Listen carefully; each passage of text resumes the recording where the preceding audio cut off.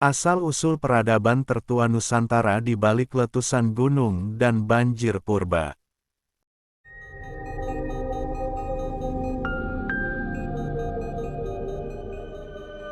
Sebelum lanjut, jangan lupa menekan tombol subscribe dan like di bawah. Di balik keindahan alam Nusantara, terpendam kisah epik tentang asal-usul peradaban bangsa Sunda yang diceritakan turun-temurun oleh para sesepuh. Perjalanan panjang ini dimulai dari wilayah yang kini dikenal sebagai Sumatera atau Sumatera, sekitar 100.000 hingga 74.000 tahun sebelum Masehi. Pada masa itu, leluhur Sunda membangun peradaban di Mandalahiang atau Mandailing di wilayah Batakara atau Batakkaro hingga pada Hyang atau Padang. Mereka menganut ajaran yang dinamai Surayana, sebuah kepercayaan yang memuja Batara Surya atau matahari sebagai sumber kekuatan hidup. Perjalanan sejarah mereka tak lepas dari bencana besar. Gunung Batara Guru yang kini menjadi Danau Toba meletus dahsyat, menyelimuti bumi dengan debu vulkanik selama berbulan-bulan. Kehidupan di sekitar gunung luluh lantah, namun bangsa Sunda terus bertahan dan mencari tempat baru untuk memulai kembali. Masa berikutnya menandai babak baru dalam peradaban Sunda. Mandalahiang berpindah ke selatan, mendekati Gunung Sunda, atau yang kita kenal sekarang sebagai Gunung Krakatau, Karakatwa. Di tempat ini, konsep kebangsaan belum berkembang, tetapi mereka hidup dengan semangat kebersamaan yang kuat dalam satu wangsa. Gunung Sunda menjadi pusat spiritual Buana Nyungcung, tempat tertinggi yang dianggap suci. Peradaban mereka begitu maju, dengan penemuan teknologi dan budaya yang menakjubkan, hingga wilayah tersebut dikenal sebagai Buana Ata, atau Buana yang kokoh, yang mungkin diidentifikasi oleh bangsa luar sebagai Atalan atau Sundalen atau bahkan Atlantis.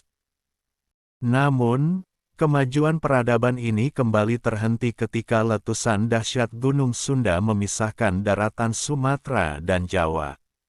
Peristiwa ini menimbulkan banjir besar dan berakhirnya zaman es sekitar 15.000 sebelum Masehi. Bencana ini mengubur jejak kejayaan Sunda, tetapi tak menghapus semangat mereka untuk terus maju.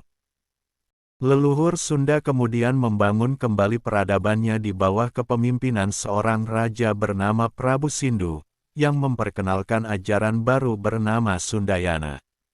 Ajaran ini memuja matahari sebagai pusat kehidupan dan menyebar ke seluruh dunia, termasuk ke Jepang yang mengadopsinya sebagai ajaran Shinto, serta ke India yang kemudian berkembang menjadi Hindu, terutama di lembah Sungai Sindu, Indus.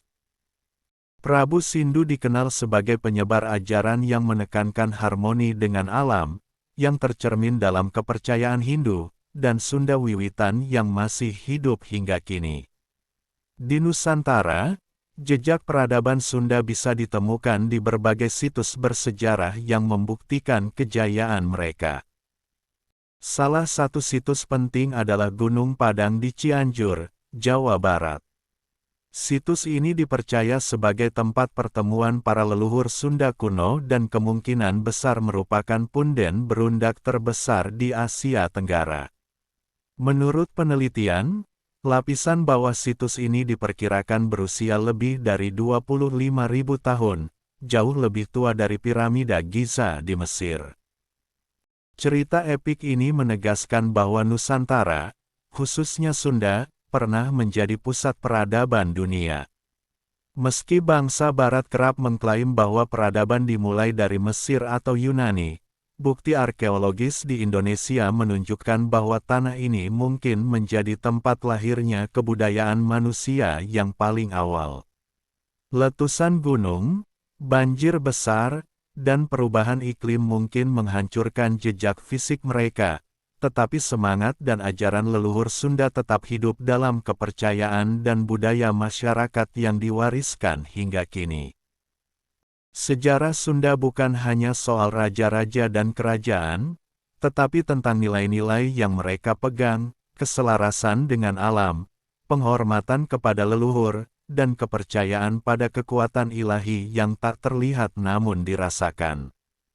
Hingga kini, ajaran ini masih bertahan dalam tradisi Sunda Wiwitan dan jejaknya dapat ditemukan dalam berbagai aspek budaya dan spiritual di Nusantara.